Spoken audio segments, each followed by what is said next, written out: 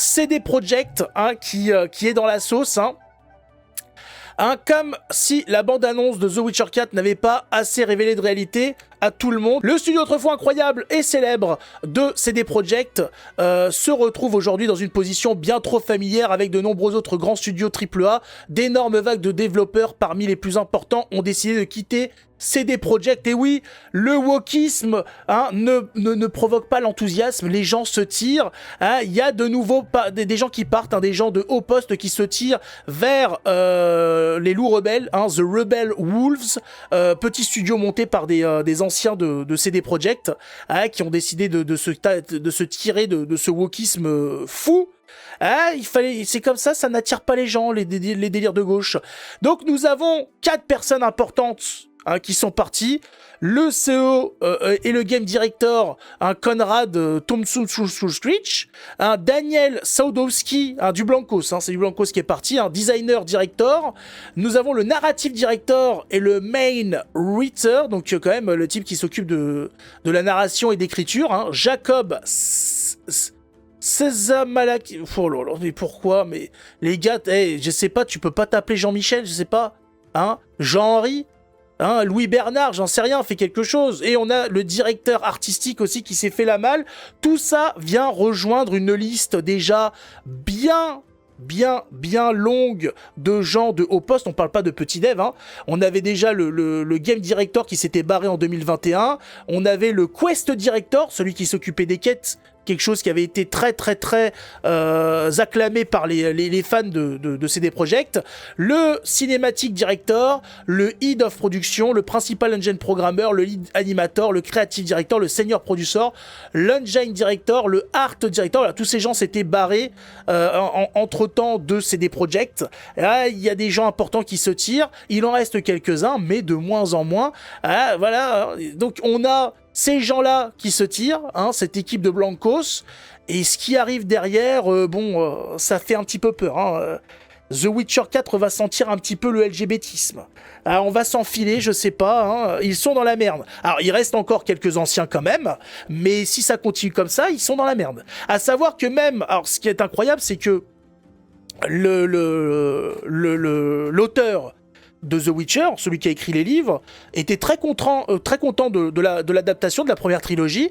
Et là, le gars, il a dit The Witcher 4, là, j'adhère pas. Il a dit non, ça pue la merde quand même là. Ouais, non, si, c'est de la merde. À savoir que pourtant, CD Projekt a été très gentil avec lui. Le monsieur avait vendu ses droits pour pas grand chose à l'époque, parce qu'il ne croyait pas du tout au projet, donc il a vendu ça pour des clopinettes. CD Projekt, une fois qu'il y a eu du succès et que l'auteur n'était pas content parce qu'il trouvait qu'il n'avait pas été rémunéré, ils ont réévalué le contrat, ils ont redonné de l'argent au type, sympa, à l'auteur, alors qu'ils auraient pu se contenter de rien lui donner. Mais là, voilà, malgré ce lien qu'il y avait entre le studio et l'auteur, voilà, ce petit lien affectif, qui avait l'air, voilà, ils avaient l'air de se respecter. Et là ça ne passe plus. Même l'auteur, il a dit non, c'est de la merde. Les grands devs se disent c'est de la merde. Tout le monde est d'accord pour dire que c'est de la grosse merde ce qu'ils sont en train de faire.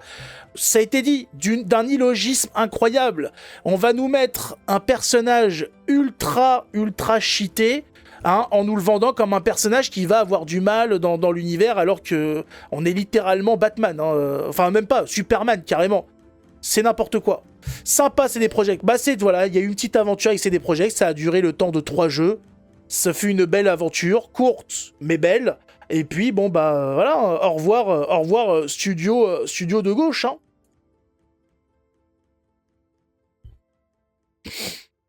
Je pouvais baisser le son du live. Bien sûr, tu peux baisser le son du live. Heureusement. Elle a une tête bizarre, la dame de The Witcher 4. Elle a subi un petit peu des malversations. Ils enlaidissent les personnages. C'est un projet qu'a fait le cinéma et qui est en train de faire le jeu vidéo. Il faut des personnages moches pour pouvoir s'identifier. Nous, on veut pas s'identifier, on veut des personnages qui pètent, qui sont badass, qui vendent du rêve. Voilà, on veut des personnages qui nous fassent rêver. On veut des femmes voluptueuses et on veut des hommes virils. Voilà, on veut des personnages qui nous, qui nous élèvent, qui nous poussent à nous améliorer. On se dit putain, mais voilà, c'est ça que j'ai envie d'être dans la vraie vie. On veut pas des personnages qui nous font chier et qu'on n'a qu'une envie, c'est de ne pas voir parce qu'on les voit déjà au quotidien dans la rue.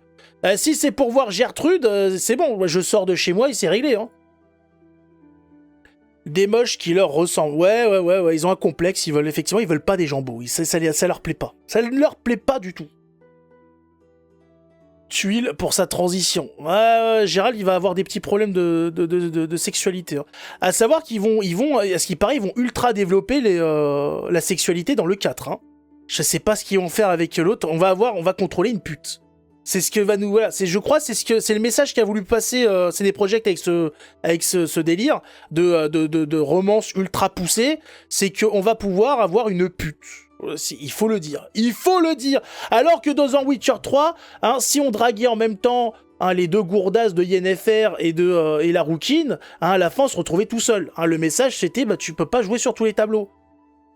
Et là tu vas pouvoir hein, être une pute. Des épées dans le fion. Elle va les avoir les deux épées Géraldine là. Hein. Géraldine Witcher. Elle va les avoir dans le fion. Ouais. Avec des gros zestes comme Lara Croft. Mais voilà, Lara Croft, c'était n'importe quoi. On avait une femme qui affrontait des dinosaures et tout, avec des super gros nichons, mais ça vendait du rêve. Tu dis pourquoi pas. Ah, allons-y. L'Apple Glass et les pompes à bite. C'est pas possible. On y est, putain. Ils font une fixation sur le sexe. Le sexe. Le sexe est très présent dans The Witcher, dès le premier.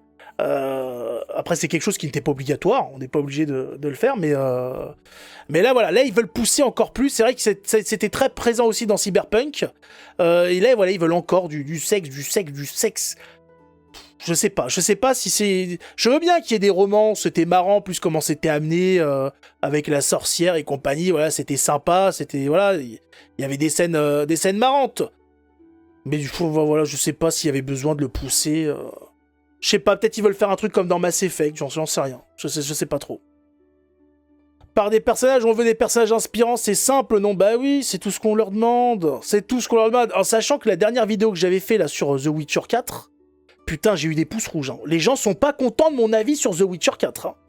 Je ne fais pas l'unanimité sur ma position sur le jeu vidéo. Hein. Les gens veulent de la saloperie, ils veulent de la merde. Ils veulent un jeu qui leur chie à la gueule en leur disant regarde comment tu dois penser, regarde ce que tu dois faire, regarde comment tu dois te comporter, voilà, fais pas ça, fais plutôt ça, ah, ça c'est vilain, mais comporte-toi comme ça. Putain, ils veulent un programme politique au lieu de se détendre devant un putain de jeu, quoi.